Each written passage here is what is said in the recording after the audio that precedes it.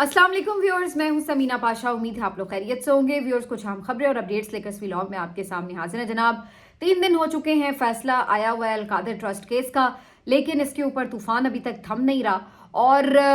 अब नई से नई स्टोरीज, नई से नई इन्वेस्टिगेटिव जर्नलिज्म की इंकशाफात, ये सब चीज़ें अब जो सामने आ रही हैं। उसके बाद तो अलकादिर ट्रस्ट केस का ये फैसला बज़ाहिर बिल्कुल इसका डब्बा गोल होने लगा है और इसके परखचे उड़ने जा रहे हैं अपील के अंदर, क्योंकि जो जो चीज़ें अब सामने आ चुकी हैं उसके बाद तो बज़ाहिर ऐसा लग रहा है कि कोई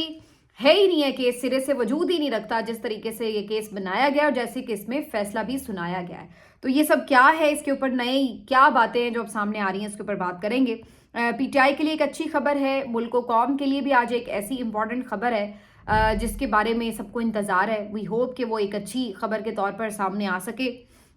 और इसके अलावा इमरान खान साहब ने जो एक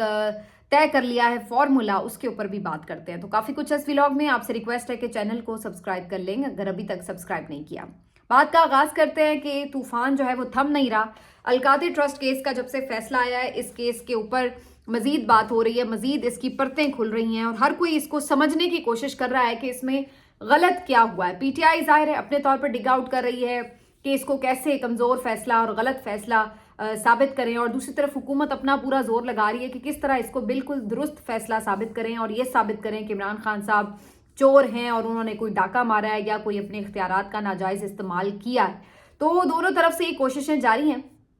लेकिन कुछ चीज़ें ऐसी होती हैं कि जो डॉक्यूमेंट्स के ऊपर होती हैं और जब डॉक्यूमेंट्स बीच में आ जाते हैं तो फिर वहाँ पर आपको देखना पड़ता है कि फैक्ट्स क्या हैं और हक़ाइक़ क्या हैं। तो ऐसी ही एक स्टोरी जो है, आज तो वैसे ये स्टोरी अहमद दुनानी साहब ने ब्रेक की है, लेकिन वैसे इसकी मुख्तलिफ जुज़ियात मुख्तलिफ सहाफ़ी काफ़ी अरसे से रिपोर्ट कर रहे थे, लेकिन अब वो जो कलेक्टिव एक स्टोरी बनी है उन तमाम चीज़ों को जोड़ के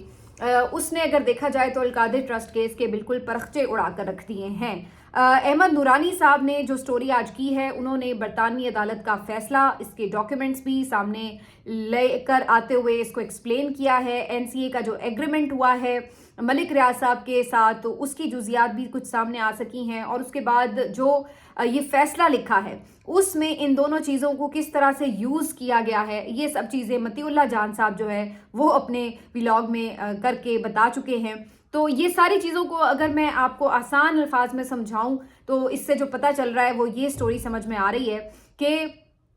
जो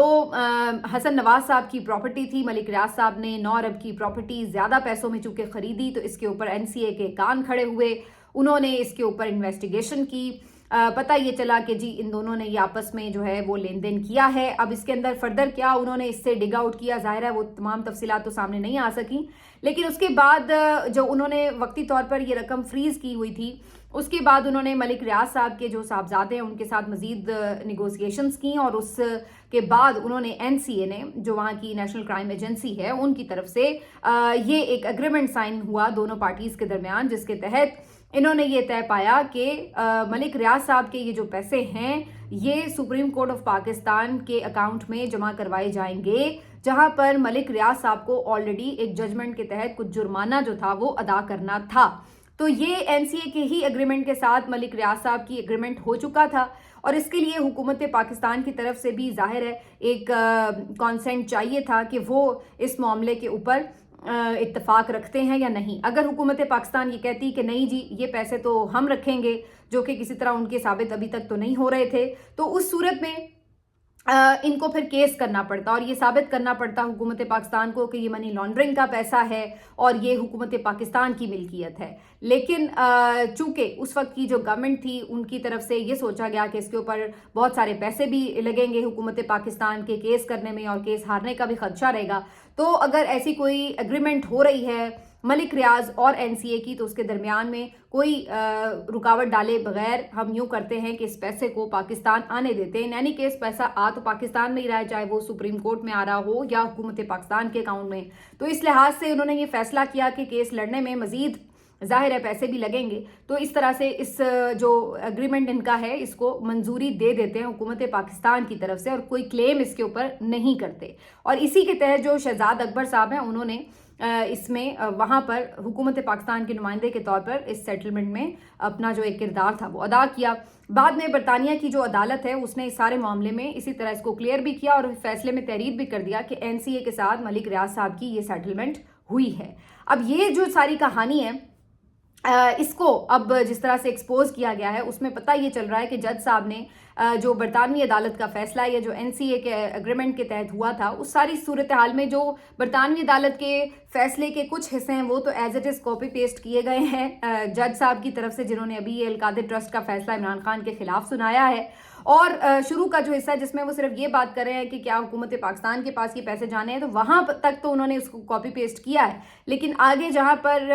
बरतानवी अदालत ये कह रही है कि जी ये अब एग्रीमेंट के तहत पैसे सुप्रीम कोर्ट के अकाउंट में जा रहे हैं, वो वाला इन्होंने हिस्सा जो है वो नहीं इसमें शामिल किया, जिसके तहत इन्होंने इमरान खान साहब पे ये केस बनाया कि ये पैसा हुकूमत पाकिस्तान की मिल्कियत था, जिसको इमरान खान साहब ने अपने ज़ाती इख्तियारात को नाजायज़ इस्तेमाल करते हुए और कैबिनेट को भी साथ मिलाकर और धोखे में भी कुछ को रखते हुए ये जो पैसा था ये एक तरह से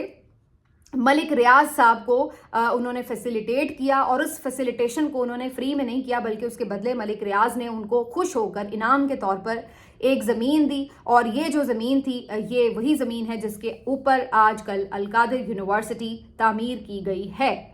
तो ये सारा इन्होंने बेसिकली इसको केस बना दिया। जबकि ये जो अल-कादिर यूनिवर्सिटी की ज़मीन है उसके बारे में इमरान खान साहब का ये कहना है कि ये ज़मीन तो इस पूरे मामले से, ये जो लेन देन हुआ था 190 मिलियन पाउंड का, उससे पहले ही मलिक रियाज साहब उनको डोनेट कर चुके थे अल-कादिर यूनिवर्सिटी के लिए। और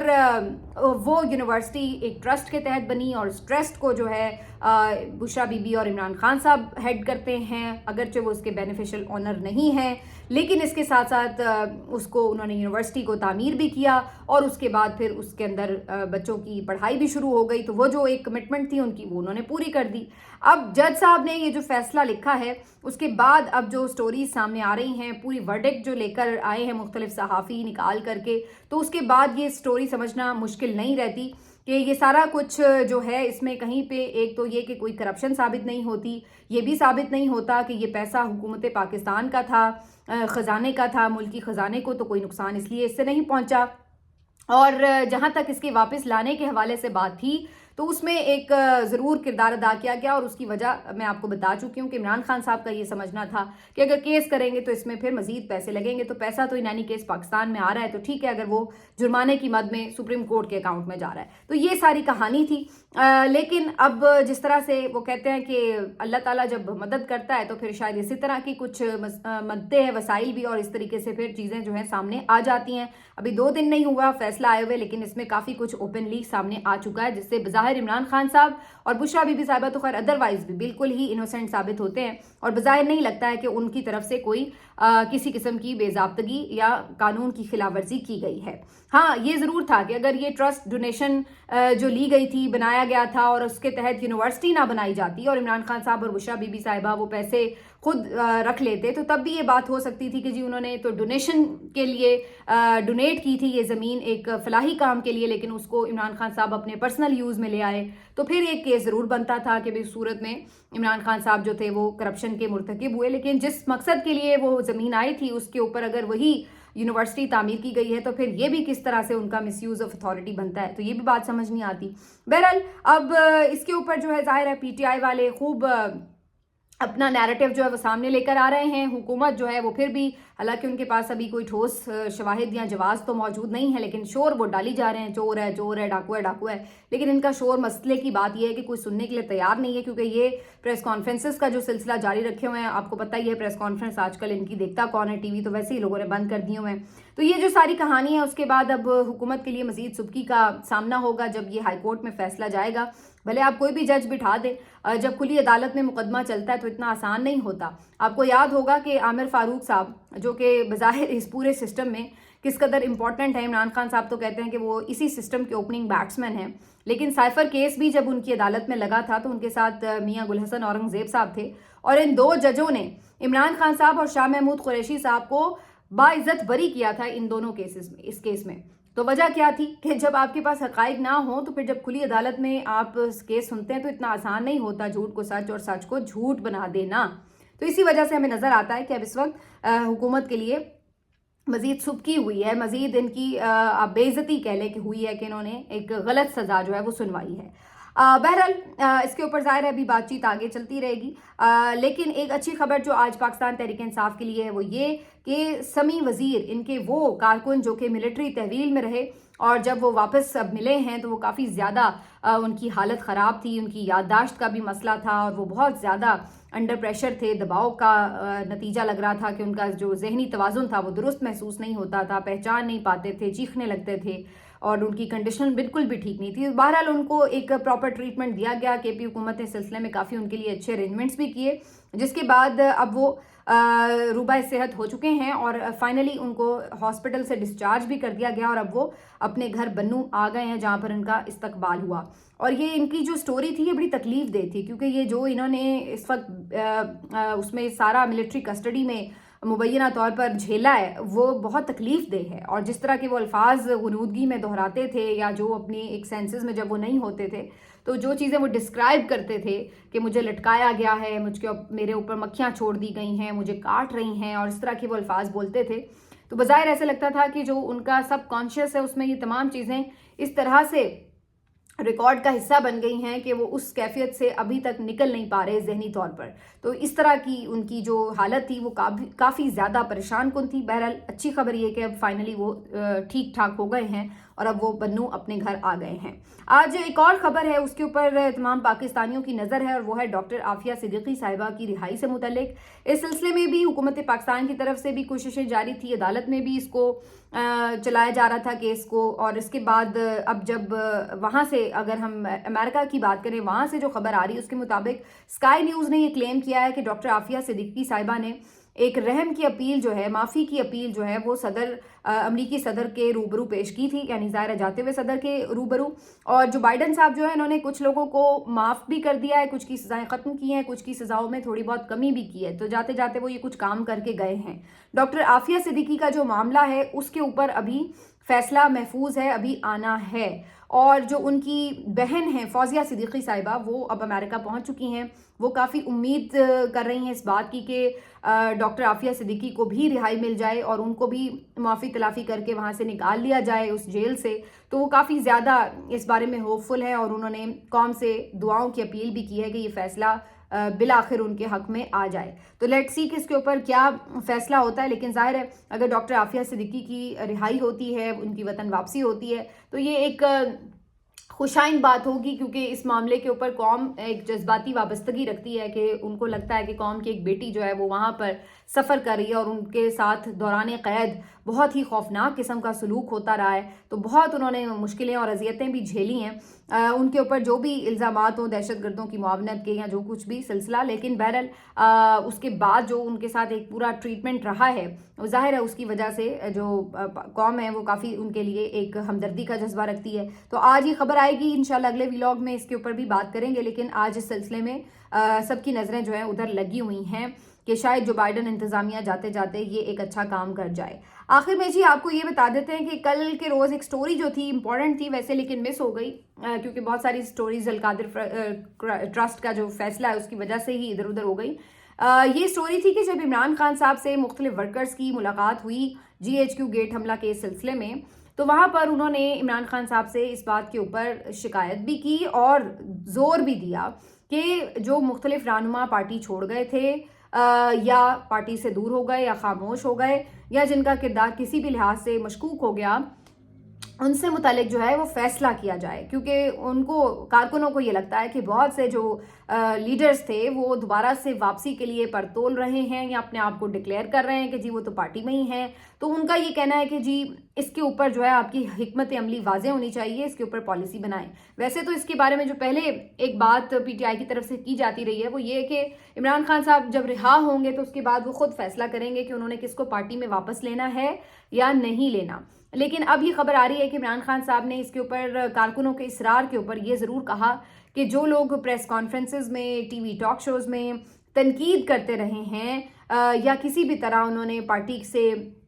एक बिल्कुल अलहदगी इस तरह से इख्तियार की कि उनके ऊपर उस तरह से कोई सख्ती नहीं हुई या तशद्दुद नहीं हुआ, फिर भी उन्होंने फ़ौरन से ही घबरा कर पार्टी छोड़ दी और उसके बाद भले वो चुप भी रहे हों, या ऐसे लोग जिन्होंने बाद में आके बहुत तनकीद वगैरह भी शुरू कर दी हो, तो इस तरह की दोनों सूरतों में तो इमरान खान साहब कहते हैं कि उन्हें किसी सूरत पार्टी में वापस नहीं लिया जाएगा। अलबत्ता अगर किसी के ऊपर तशद्दुद हुआ है तो उसका मामला अलग है और वो फिर देखा जाएगा। तो ये एक कारकुनों की तरफ से बेचैनी ज़रूर है कि बहुत से ऐसे लोग जो मुश्किल वक्त में छोड़ गए, अगर वो वापस आते हैं तो उनके तहफ़्फ़ुज़ात हैं इसके ऊपर कि उनको फिर वापस नहीं आना चाहिए। और इमरान खान साहब ने इसके ऊपर इतनी बात ज़रूर की कि फिर अगर इस तरह से जिन्होंने आसानी के साथ पार्टी छोड़ दी उनको वापस ले लिया जाए, तो फिर इस सूरत में तो वो लोग जिन्होंने पार्टी के लिए मुश्किलात झेली हैं, जो आज तक भी इवन जेलों में पड़े हुए हैं, पंजाब में कई रहनुमा हैं जो अभी तक जेलों में पड़े हुए हैं, तो फिर उनके साथ ये ज़्यादती है। इससे तो फिर लगेगा कि फिर उनकी और उनकी हैसियत क्या एक जैसी हो सकती है, जिन्होंने मुश्किलें झेली और जिन्होंने जान छुड़ा ली? तो ऐसा मुमकिन नहीं है। तो इमरान खान साहब इसके ऊपर